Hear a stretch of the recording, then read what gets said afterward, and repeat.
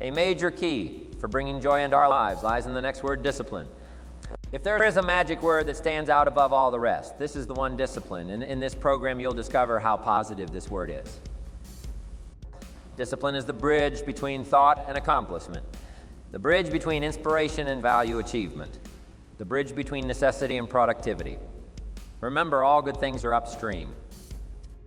The passing of time takes us a-drifting, and drifting only brings us the negative, the disastrous, the disappointment, and the failure. Failure is not a cataclysmic event. It is not generally the result of one major incident, but rather a long list of accumulated little failings.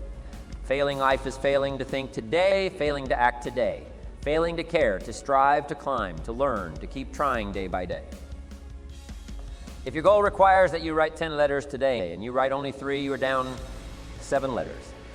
If you want to make 5 calls and you only make 1, you are down 4 on calls. If your plan calls for saving $10 today and you save none, you're down $10 today. Now the danger is looking at an undisciplined day and concluding that no great harm has been done. It doesn't seem like such a bad day. But add up these days to make a year, and then add up those years to make a lifetime. And perhaps you can now see how repeating today's small failures can easily turn your life into a major disaster. There's one special quality that you can develop that will guarantee your greater success, accomplishment, and happiness in life. Of 1,000 principles for success developed over the ages, this one quality or practice will do more to assure that you accomplish wonderful things with your life than anything else.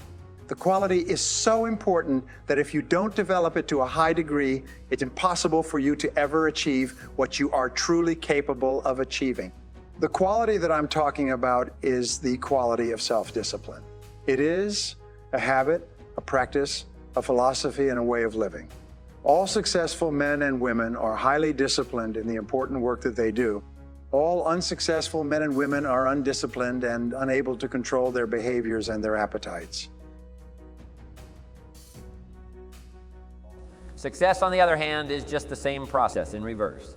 If you plan to make 10 calls and you end the day making 15, now you're up 5 calls. If you then get up a few on letters, move up the savings numbers, you can see what a massive difference it could make in a year and what wealth and accomplishment awaits for a lifetime. Discipline is like a set of magic keys that unlocks all the doors of wealth, happiness, sophistication, culture, high self-esteem, pride, joy, accomplishment, satisfaction, and success. The first key to discipline is awareness of the need for and the value of discipline, and especially the discipline to make the changes. What will it take? What must I do and what must I become to get all I want from my life? The second key is the willingness. More than that, the eagerness to maintain your new discipline deliberately, wisely, consistently. And the third key to discipline is the commitment to master the circumstances of your daily life, to see and harness the opportunities to make something of the sun and the rain, the good as well as what comes in the guise of misfortune. Discipline does many things, but most important of all is what it does for you. It makes you feel better about yourself. Even the smallest discipline can have an incredible effect on your attitude and the good feeling. You get that surging feeling of self-worth that comes from starting a new discipline is almost as good as the feeling that comes from the accomplishment of the discipline. And when you develop the same levels of high personal discipline possessed by the most goal-oriented, successful people in our society, you will very soon begin to achieve the same results that they do. It's no miracle. All great success in life is preceded by long, sustained periods of focused effort on a single goal, the most important goal, with a determination to stay with it until it is complete. Throughout history, we find that every man or woman who achieved anything lasting and worthwhile had engaged in long, often unappreciated hours, weeks, months, and even years of concentrated disciplined work in a particular direction. Fortunately, the quality of self-discipline is something that you can learn by continuous practice over and over until you master it. Once you've mastered the ability to delay gratification, the ability to discipline yourself to keep your attention focused on the most important task in front of you, there is virtually no goal that you cannot accomplish and no task that you cannot complete. So a new discipline immediately alters your life direction. You don't change destinations immediately, that is yet to come. but you can change direction immediately, and direction is very important.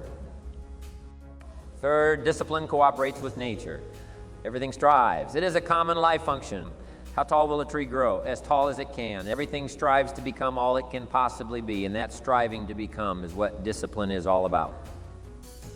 Disciplining ourselves to fulfill our natural potential, to become all that we can be. And finally, discipline attracts opportunity. Opportunity is always looking for ambition and skill in action. Discipline taps the unlimited power of commitment. The human will in action, driven by inspiration, enticed by desire, tempered by reason, guided by intelligence, can bring you that high and lofty place called the good life. Discipline.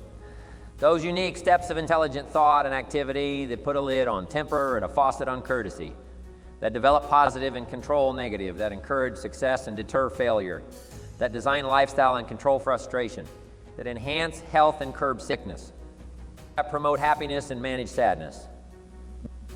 Discipline, the start and the continuing process that brings all good things.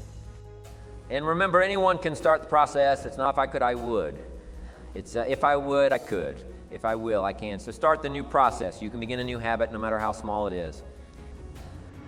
It's all isn't important whether or not you start, and whether or not you continue are all that is important.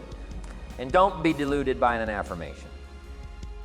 Only affirm what you're truly prepared to do. Many of us delude ourselves with our words into believing that we're making changes and making progress, when in fact our daily activity is taking us in the exact opposite direction of our affirmations. Why would you walk in the opposite direction of your dreams? The man dreams of wealth and walks daily towards certain financial disaster. The man wishes for happiness and thinks the thoughts and commits the acts that take him to certain despair. And out of prosperous life, start a prosperity plan. To become wealthy, start a wealth plan. Remember, you don't have to be wealthy to have a wealth plan. There are several disciplines that you need to develop if you want to achieve your full potential. The first of these is the discipline of goals. This means that you sit down with a pad of paper, a pen, and ample time to think. You think through and then make a written list of all the things that you want to accomplish. In the next 12, 34, and 5 years, you organize the list into the various areas of your life, your career, your money, your family, your health, and the other parts that are important to you. Interestingly enough, if you can be clear about your goals and write them down, there's nothing that can stop you from achieving them. But if you're not clear, that means that you haven't written them down. There's nothing that can help you. You set priorities among your goals and rewrite your list so that your most important goals are at the top. You then take a separate sheet of paper and you make a list of all the things that you can think of doing right now to move you toward the attainment of your most important goals. A person with no means can have a rich plan. If you're ill, start a health plan. If you don't have energy, start an energy plan. If you don't feel good, start a feel-good plan. If you're not smart, start a smart plan. If you can't, start a can plan.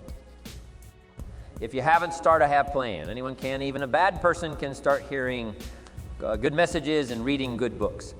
Recognize that the start of the better life, the happy life, the wealthy life is today.